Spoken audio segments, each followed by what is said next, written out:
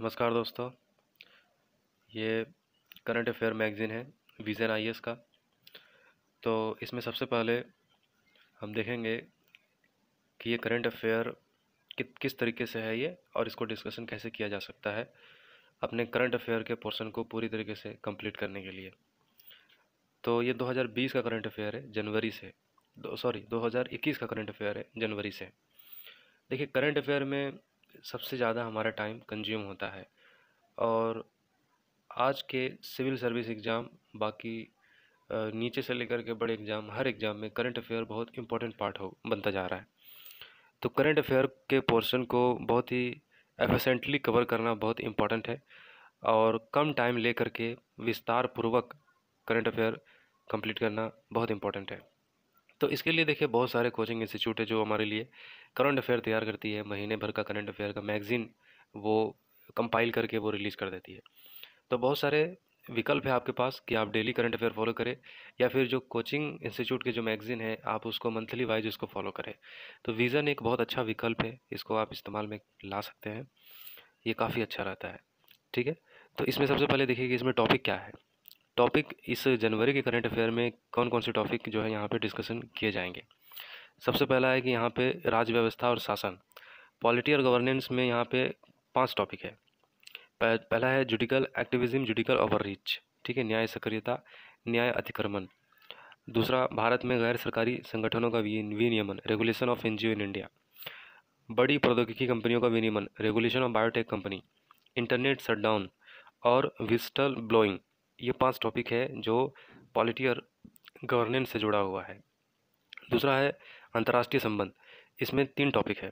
भारत संयुक्त राष्ट्र सुरक्षा परिषद, भारत की वैक्सीन कूटनीति, भारत की आत्मनिर्भर बनाने में भारतीय प्रवासियों की भूमिका। और इसमें और टॉपिक है दक्षिण एशिया में ऊर्जा सुरक्षा, भारत की प्रारूप आर्टिक नीति, और ग्रुप ऑफ 7 G7, परमाणु हथियार निषेध। तो ये टॉपिक है। इकोनॉमिक्स में टॉपिक है गैर बैंकिंग वित्तीय कंपनियों का विनियमन, डिजिटल उधार, भारत में स्टार्टअप परितंत्र, नियतकालिक रोजगार, व्यावसायिक कोयला खनन, विद्युत उपभोक्ताओं के अधिकार नियम 2020, प्रधानमंत्री किसान सम्मान निधि, प्रधानमंत्री फसल बीमा योजना, विश्व आर्थिक स्थिति संभावना रिपोर्ट 2021।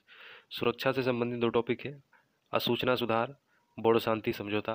पर्यावरण से कई सारे टॉपिक है, अनुकूलन अंतराल रिपोर्ट 2020, प्रकृति आधारित समाधान, प्राकृतिक पूंजी लेखांकन, पारिस्थितिकी तंत्र सेवाओं का मूल्यांकन, मानव एवं वन्य जीवन संघर्ष, ई अपशिष्ट, सोलर रूफटॉप प्रणाली, आर्टिक ओजोन छिद्र, समुद्री हीट वेव, सामाजिक मुद्दे से संबंधित टॉपिक है, भारतीय कृषि क्षेत्र में महिलाओं का योगदान, बेटी बचाओ बेटी पढ़ाओ योजना, विज्ञान प्रौद्योगिकी से राष्ट्रीय विज्ञान प्रौद्योगिकी नवाचार नीति का प्रारूप, योगात्मक निर्माण। तो ये समझ लीजिए हर एक विषय के पार्ट से जो है टॉपिक बहुत अच्छे तरीके से इसको अलग अलग करके यहाँ पर दिखा रहा है, जो कि आपको एक एक नीचे आपको विवरण मिल जाएगा। ठीक है, तो यहाँ से सबसे पहले जो है पॉलिटी स्टार्ट होता है। पॉलिटी, राज्य व्यवस्था और शासन, यहाँ से स्टार्ट होता है। सबसे पहला टॉपिक यहाँ पर यही है, न्यायिक सक्रियता और न्यायिक अतिक्रमण। अब पॉलिटी में पढ़े होंगे कि सुप्रीम कोर्ट के पास ये पावर होता है कि वो जुडिकल एक्टिविज्म, सपोज किसी जो कंट्री में किसी भी चीज़ को वो एक्टिविज्मली अगर कोई लॉ बनाया गया है तो उसको वो देख सकते हैं कि वो कॉन्स्टिट्यूशन के बेसिक स्ट्रक्चर जो जिसको स्पिरिट बोलते हैं, आत्मा, उसके अनुकूल है या उसके अनुकूल नहीं है, तो उसको वो कर सकते हैं। जुडिकल ओवररीच वही हुआ कि अगर सुप्रीम कोर्ट एक्टिविज़म हो जाता है, मतलब अगर इस आधार पे कानून को रद्द करने लगता है कि ये कानून कॉन्स्टिट्यूशन के अगेंस्ट है, कॉन्स्टिट्यूशन के स्पिरिट के अकॉर्डिंग नहीं है, तो ये क्या हो जाता है, जुडिकल ओवररीच हो जाता है। ठीक है, तो टॉपिक यही है जिसके बारे में यहाँ पर डिस्कशन है। तो हाल ही में उच्चतम न्यायालय द्वारा 3 कृषि कानूनों को लागू किए जाने पर लगाई गई रोक को कई विशेषज्ञों द्वारा न्यायिक सक्रियता अतिक्रमण से प्रेरित कृत्य के रूप में देखा जा रहा है। तो मतलब अभी 3 कानून, कृषि कानून जो सरकार लेके आई थी किसानों के लिए, तो इस 3 कानून के ऊपर ज़बरदस्त तौर से किसानों ने इसको विरोध किया, वो कानून नहीं चाहते थे। तो इसके ऊपर काफ़ी सड़कें बढ़ के जाम हो गई, लोग प्रोटेस्ट, भारी संख्या में लोग प्रोटेस्ट करने के लिए आए। पश्चिमी भारत से ज़्यादातर लोग थे, किसान लोग। और पूरब से भी थोड़े से थे। तो हर जगह से जो किसान जिनको लग रहा था इनको विरोध करना था इस कानून के ख़िलाफ़, तो वो वहाँ पे प्रोटेस्ट कर रहे थे। ठीक है, हर जगह पे प्रोटेस्ट हो रहा था, ख़ास तौर से दिल्ली में। तो सुप्रीम कोर्ट ने जो है वो कृषि कानून को निषेध कर दिया कि इसको अभी लागू नहीं करना है। तो एक तरीके से ये देखा जा रहा है कि इस तरह से पार्लियामेंट के द्वारा कानून जो बनाया गया है उसको सुप्रीम कोर्ट जो रोक के उसको इम्प्लीमेंटेशन नहीं करने का जो प्रावधान जो मतलब जो फैसला दी है, ये जुडिकल एक्टिविज्म है, जुडिकल ओवर रीच है। मतलब न्याय सक्रियता और मतलब गैर जरूरी चीज़ें हैं कि ये पार्लियामेंट ऊपर है सबसे, जुडिकल ओवर रीच हो गया ये। ऐसा यहाँ पे ये टॉपिक डिस्कशन करेगा। न्यायिक सक्रियता। देखिए न्यायिक सक्रियता होता क्या है? देखिए न्यायिक सक्रियता एक न्यायिक दर्शन है। मतलब सुप्रीम कोर्ट के अकॉर्डिंग न्याय का किस चीज़ को वो न्याय किस तरीके से देखते हैं वो तय होगा। जो न्यायाधीशों की प्रगतिशील और नई सामाजिक नीतियों के पक्ष में पारंपरिक प्रतिमानों से विचलन के लिए प्रेरित करना है। मतलब उनके अकॉर्डिंग अगर उनको लग रहा है कि ये न्याय नहीं है या फिर उनको लग रहा है कि ये कॉन्स्टिट्यूशन के अकॉर्डिंग नहीं है, तो उसमें वो सुप्रीम कोर्ट के जो चीफ जस्टिस हैं वो फैसला ले सकते हैं। न्यायिक सक्रियता तब प्रकट होती है जब उच्चतम न्यायालय, ठीक है, एक एक्टिविस्ट यानी कि सक्रियतावादी, मतलब एक्टिवली सक्रिय रूप से जो है वो उस पर एक्शन ले। ठीक है, तो यह एक्टिविस्ट हो गया की तरह व्यवहार करने लगता है, किसी प्राधिकरण के कार्रवाई के लिए बाध्य करता है। तो कभी कभी सरकार और सरकार की नीतियों और प्रशासन को भी निर्देशित करता है। मतलब सरकार को भी आदेश देता है, फटकार लगाता है। आए दिन सुनते हैं ना न्यूज़ में कि सुप्रीम कोर्ट ने फटकार लगाया। तो इस तरह की चीज़ों को यहाँ पर ये कहा जा रहा है कि एक न्यायिक सक्रियता जुडिकल ओवररीच है। ठीक है, आप इसका एग्जाम्पल उदाहरण दे सकते हैं न्याय सक्रियता को कि न्याय सक्रियता है क्या। तो उच्चतम न्यायालय द्वारा विभिन्न अवसरों पर प्रकट की गई न्यायिक सक्रियता के उदाहरण में शामिल है, जैसे कि सूखे से निपटने के लिए नई नीति का निर्माण हेतु केंद्र को निर्देश देना। अब जैसे कई सारे ऐसे फैसला लेती है सुप्रीम कोर्ट जिसमें कि ये दर्शाया जा रहा है कि इस तरह के फैसले पार्लियामेंट को लेनी चाहिए। ठीक है, चूँकि पार्लियामेंट चुना जाता है लोगों के, लोग पार्लियामेंट के मेंबर को चुनती है, पार्लियामेंट बनता है लोगों से। तो सुप्रीम कोर्ट अगर इस तरह के निर्देश देती है तो ये उनका पावर का ओवर रीच है। देखिए सूखे से निपटने के लिए नीति के निर्माण का आदेश दिया केंद्र सरकार को, तो ये एक मिसाल है। दूसरा है बैड लोन अथवा डूबते कर्ज पर पैनल स्थापित करना। सुप्रीम कोर्ट ने ऐसा किया था। भारतीय क्रिकेट कंट्रोल बोर्ड में सुधार आदि के लिए निर्देश देना। तो ये सब एग्जाम्पल है, आप जब इस तरह से लिखना अगर आपको पड़ेगा कि जुडिकल एक्टिविज्म, न्यायिक सक्रियता, जुडिकल ओवररीच के एग्जाम्पल में अभी हाल ही में क्या क्या चीज़ें मतलब सुप्रीम कोर्ट दी है जिसमें हम उसको ले सकते हैं। ठीक है, न्यायिक अतिक्रमण, ठीक है, वही चीज़ है। सक्रियता और अतिक्रमण के बीच एक बहुत महीन रेखा है, मतलब ज़्यादा इसमें दोनों में अंतर नहीं है। जुडिकल ओवररीच में मतलब अपने अधिकारों से और अपने बल से ज़्यादा मतलब सुप्रीम कोर्ट रिएक्ट करता है, तो ओवररीच मतलब उसको कह सकते हैं। न्यायिक अतिक्रमण न्यायिक सक्रियता के एक चरम रूप को संदर्भित करता है, मतलब एक हाई लेवल पर जब डिसीजन लेना स्टार्ट हो जाए, ठीक है, जहां न्यायपालिका द्वारा विधायिका या कार्यपालिका के कार्य क्षेत्र में मनमाने और अनुचित अनुचित हस्तक्षेप किए जाते हैं।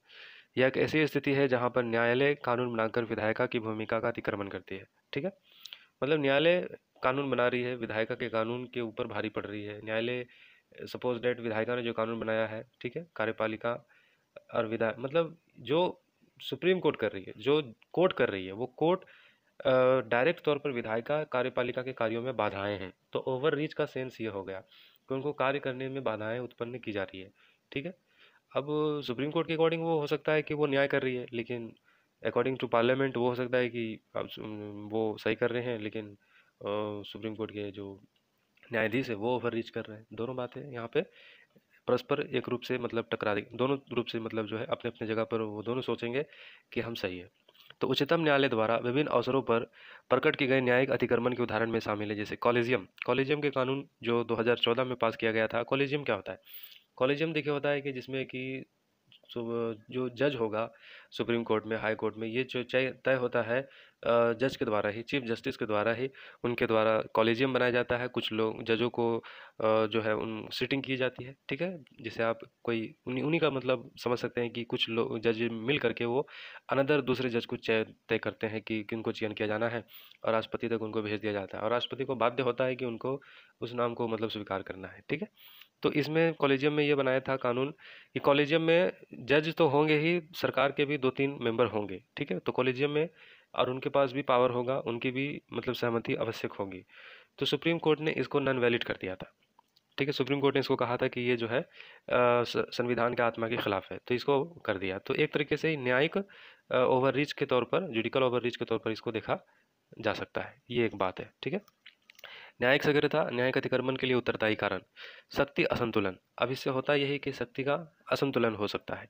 एक एक प्रकार से उच्चतम न्यायालय शासन व्यवस्था की सबसे शक्तिशाली शाखा है। ठीक है, इसका इसका प्रत्येक निर्णय अन्य दो शाखाओं विधायिका और कार्यपालिका के बाध्यकारी होता है, और यह उनकी कार्यवाहियों के साथ उनके द्वारा पारित कानूनों विधियों को भी निरस्त कर सकता है। ठीक है, तो सुप्रीम कोर्ट को कॉन्स्टिट्यूशन ने यह पावर दिया है कि वो इंटरप्रेट कर सकते हैं, संविधान में चेंजेस कर सकते हैं, वो ये तय कर सकते हैं कि जो कानून विधायिका के द्वारा बनाया गया है और जो इम्प्लीमेंटेशन है कार्यपालिका के द्वारा, वो चेक कर सकते हैं कि ये अनुकूल है कि नहीं संविधान के। तो उनके पास पावर होता है उनको नॉन वैलिड करने का भी और उनको निर्देश देने का भी। ठीक है, तो पावर ही बहुत ज़्यादा है सुप्रीम कोर्ट के पास, जिसके वजह से यहाँ पर हम ये टॉपिक चर्चा कर रहे हैं कि जुडिकल एक्टिविज्म और जुडिकल ओवररीच हो सकता है। जैसे जनहित याचिका, जनहित याचिका कोई भी डाल सकता है अगर वो सोचता है कि ये चीज़ गलत है। उनको सोशली तौर पर अगर उनको लगता है, किसी पर्सनल उनसे जुड़ा हुआ नहीं है बल्कि एक समाज से जुड़ी हुई चीज़ें हैं, सुधार के लिए वो आगे आकर उसको ठीक करने के लिए प्रयास करता है, तो पब्लिक इंटरेस्ट लिटिगेशन बिल जो है वो डाल सकता है। तो जैसे पीआईएल, तो ये भी एक तरह का वही है, जुडिकल ओवररीच का ही एग्जाम्पल है। ज्ञातव्य है कि पीआईएल की अवधारणाओं से अवस्थिति के सिद्धांतों को समाप्त कर दिया है। लोकस स्टैंडिंग अर्थात अधिस्थिति, दूसरे शब्दों में सुनवाई का अधिकार का तात्पर्य है कि वैदिक उपचार की कानूनी सहायता पाने के लिए प्रभावित व्यक्ति के अतिरिक्त कोई भी अन्य व्यक्ति न्यायालय का दरवाजा नहीं खटखटा सकता। अस्थिति के सिद्धांत से न्यायालय तक उन्हीं व्यक्तियों को पहुंच हो सकती थी जिनके अधिकारों का हनन हुआ है। यह नियम अब समाप्त कर दिया गया है। इस प्रकार पीआईएल ने समाज के किसी भी सदस्य को किसी भी अन्याय के विरुद्ध उचित निर्देश लेने का मामला दर्ज करने की अनुमति है। मतलब समाज में अगर आप कोई भी खराबी देख रहे हैं, कोई अन्याय किसी भी कम्युनिटी के साथ हो रहा है, किसी के साथ हो रहा है, तो आप उसके लिए पीआईएल उसके तरफ से आप डाल सकते हैं। तो ये भी एक तरह से एक ओवर रीच का यहाँ पर एग्जाम्पल की तरफ पेश किया जा रहा है। याचिकाकर्ता पीआईएल दायर कर प्रशासन में सुधार के लिए आवश्यक न्यायिक हस्तक्षेप की मांग करने हेतु प्रेरित हुए हैं। इसके माध्यम से वे न्यायालय से यह मांग करते हैं कि यह संवैधानिक प्रावधानों का अनुपालन सुनिश्चित करने हेतु उचित दिशा निर्देश जारी करे। इस प्रकार जनहित याचिका ने लोक प्रशासन में न्यायपालिका के हस्तक्षेप का एक नया आयाम दिया है। ठीक है, अब देखिए सेपरेशन ऑफ पावर है हमारे संविधान में, हर एक का पावर अलग अलग। जुडिशरी अपना काम करती है, वो चेक एंड बैलेंस करती है एग्जीक्यूटिव और लेजिस्लेटिव के कार्य को। लेजिस्लेटर वो विधि बनाने का काम करता है, एग्जीक्यूटिव कार्यपालिका उसको लागू करने का काम करती है। तो सेपरेशन ऑफ पावर का हमारे संविधान में पूरी तरीके से चीज़ें हैं। Each of this institution can check the other, हर एक संस्थान एक दूसरे से इस तरह से जुड़ा हुआ है कि दूसरे को वो चेक करता है। सपोज डेट विधायिका ने कानून बनाया, तो विधायिका कानून इम्प्लीमेंट करने के लिए कार्यपालिका है, तो कार्यपालिका को समझना पड़ेगा कि विधायिका ने जो कानून जो विधि है उसमें किस तरीके का स्पिरिट है, भावनाएं क्या है, तो उस तरीके से उसको इम्प्लीमेंट करने का है। ऐसा नहीं है कि उसको जिस इंटेंशन के साथ बनाया गया उसको गलत तरीके से इम्प्लीमेंट किया जाए। तो चेक एंड बैलेंस का सिस्टम है, और फिर सबसे ऊपर सुप्रीम कोर्ट हमारा वो चेक करता है। ठीक है, बेसिक स्ट्रक्चर हम कॉन्स्टिट्यूशन में केशवानंद भारती मामला में केस से ये निकल करके आया था कि जिसमें कि कोई भी कानून अगर बेसिक स्ट्रक्चर के खिलाफ है तो सुप्रीम कोर्ट उसमें एक्शन ले सकता है, उसको नॉन वैलिड कर सकता है। ठीक है, तो सबसे पहले देखिए कि सेपरेशन ऑफ पावर में देखिए आर्टिकल 50 में कहा गया है डीपीएसपी में, directive principle of state policy which direct state separate the judiciary from the executive. ठीक है, डायरेक्ट नहीं है लेकिन इनडायरेक्टली जुडिशरी का पावर है कि वो देखेगी कि डीपीएसपी के अनुकूल चीज़ें होनी चाहिए। मतलब directive principle of state policy, मतलब जब स्टेट पॉलिसी बनावेगा तो डायरेक्टिव प्रिंसिपल को वो ध्यान में रखेगा। ठीक है, ये 50 में, आर्टिकल 50 में है। आर्टिकल 361 में देखिए लिखा है protection of president and governor. ठीक है, protection of president and governor article 361 में है। आर्टिकल 105 और 195 में है पोजर and privilege state legislature and member. Article 122 और 212 212 में prohibit court to inquire into the proceeding of the parliament state legislature, यानी कि इसमें पार्लियामेंट के प्रोसीजर में कोर्ट जो है इंटरफेयर दखल नहीं कर सकता। ठीक है, ये एक चीज़ें है। अब यहाँ पर है overlap of the power and responsibilities between all the three organ of the state manifested in, तो हर एक का अपना अपना दायरा है, पावर है, यहाँ पर मेंशन है आर्टिकल 13। जुडिकल रिव्यू हो सकता है जिसमें कि जुडिकल ओवररीच और जुडिकल एक्टिविज्म का शो हो जाता है। आर्टिकल 32 226 न्याय करने के लिए जो है सुप्रीम कोर्ट किसी भी हद तक जा सकती है। 226 आर्टिकल 32, चूँकि 32 के अकॉर्डिंग यही है कि जो फंडामेंटल राइट्स है, जो राइट्स है, उस राइट्स को प्रोटेक्ट करने के लिए 32 में ये सुप्रीम कोर्ट के पास जो है आम नागरिक 32 के अकॉर्डिंग जो है उनसे रिक्वेस्ट कर सकती है कि उनके राइट्स में अगर उनको लगता है हनन हो रहा है तो वो कार्रवाई सुप्रीम कोर्ट कर सकती है। 226 में भी यही चीज़ है। आर्टिकल 142 एक्स्ट्रा ऑर्डिनरी पावर देता है कि कंप्लीट जस्टिस सुनिश्चित करने के लिए आर्टिकल 142 का जो है सुप्रीम कोर्ट कई बार उपयोग करती है। तो ये हो गया power of check and balance का काम कैसे किया जाएगा जब इस तरीके का मतलब कॉन्स्टिट्यूशन में इस तरीके की चीज़ें हैं, ठीक है। अन्य अंगों का अरुचिपूर्ण लापरवाह दृष्टिकोण, विधायिका और कार्यपालिका की लचर कार्यप्रणाली के परिणाम स्वरूप शासन व्यवस्था में भ्रष्टाचार, विलंब, गैर प्रतिक्रियाशीलता, अक्षमता उत्पन्न हो सकती है। ये प्रवृत्तियां शासन में एक शून्य निष्क्रियता पैदा करती है। हम हर तरह के रिक्त स्थान अधिकांशतः न्यायपालिका द्वारा भरे जाते हैं। मतलब कुछ ऐसी चीज़ें होती हैं, लूप होल्ड कुछ रहता है, जिसका वजह से जो है वहाँ पर सुप्रीम कोर्ट को दिशा निर्देश देना बहुत ज़रूरी हो जाता है। उदाहरण के लिए कार्यस्थल पर महिलाओं के यौन उत्पीड़न की रोकथाम के लिए 1997 में ही जारी किए गए विशाखा दिशा निर्देश, ठीक है। मतलब अब ये ऐसा मामला है कि जिसको सुप्रीम कोर्ट को दिशा निर्देश देना पड़ा था 1997 में।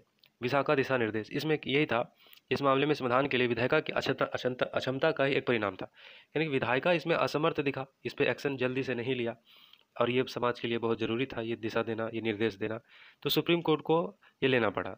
तो यही एक चीज़ है कि जब विधायिका मतलब कार्य में थोड़ा सा लेजी पड़ जाते हैं तो फिर इस तरह की चीज़ें फिर सुप्रीम कोर्ट के पास जब केसेस जाती हैं तो फिर उनको इस तरह से दिशा निर्देश देना पड़ता है।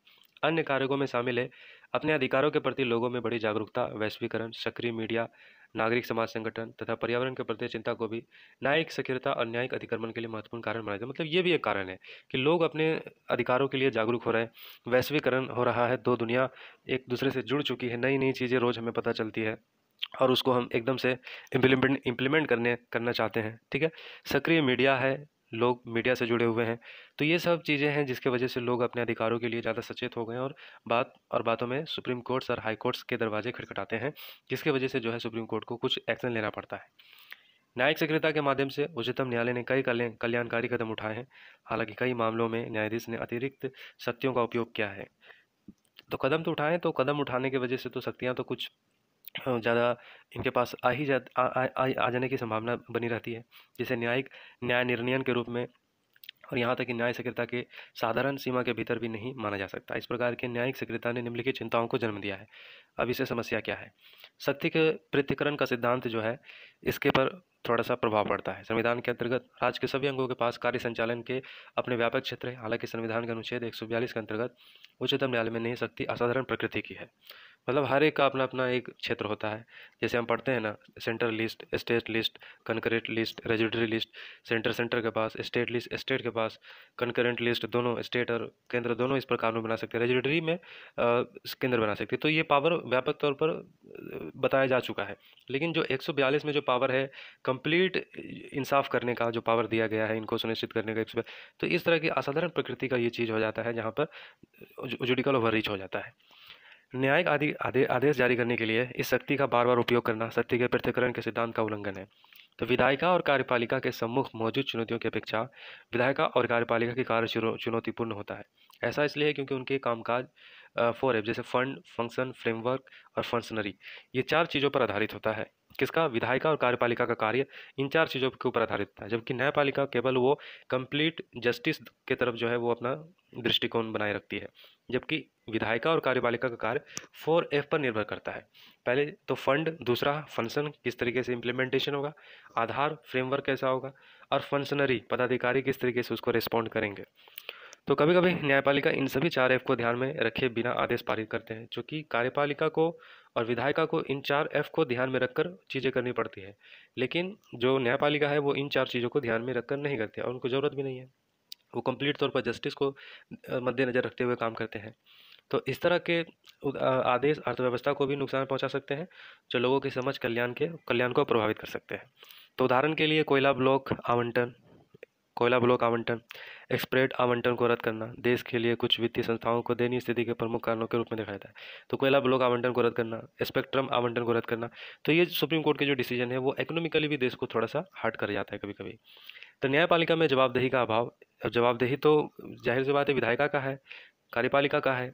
तो जब वो वोट मांगने जाते हैं जनता से तो जनता को उनको जवाब देना पड़ता है। लेकिन सुप्रीम कोर्ट के जज के पास ये चीज़ नहीं होती है, वो उनको किसी व्यक्ति ने नहीं चुना है, संस्था ने उनको पावर सब संविधान से है। एक संस्था के रूप में न्यायपालिका विधायिका कार्यपालिका के समान लोगों के प्रति जवाबदेह नहीं है। इनके अतिरिक्त न्यायपालिका के पास न्यायालय की अवमानना के लिए दंडित करने की भी शक्ति है, मतलब शक्ति न्यायपालिका के पास बहुत अत्यधिक है। न्यायपालिका के मतलब उनके फैसलों के अवमानना को भी वो दंडित कर सकते हैं अगर कोई व्यक्ति ऐसा करता है तो। इस तरह न्यायपालिका अपने कई कृत्यों के लिए सार्वजनिक आलोचना से भी बच जाती है, इनका आलोचना भी नहीं हो पाता है।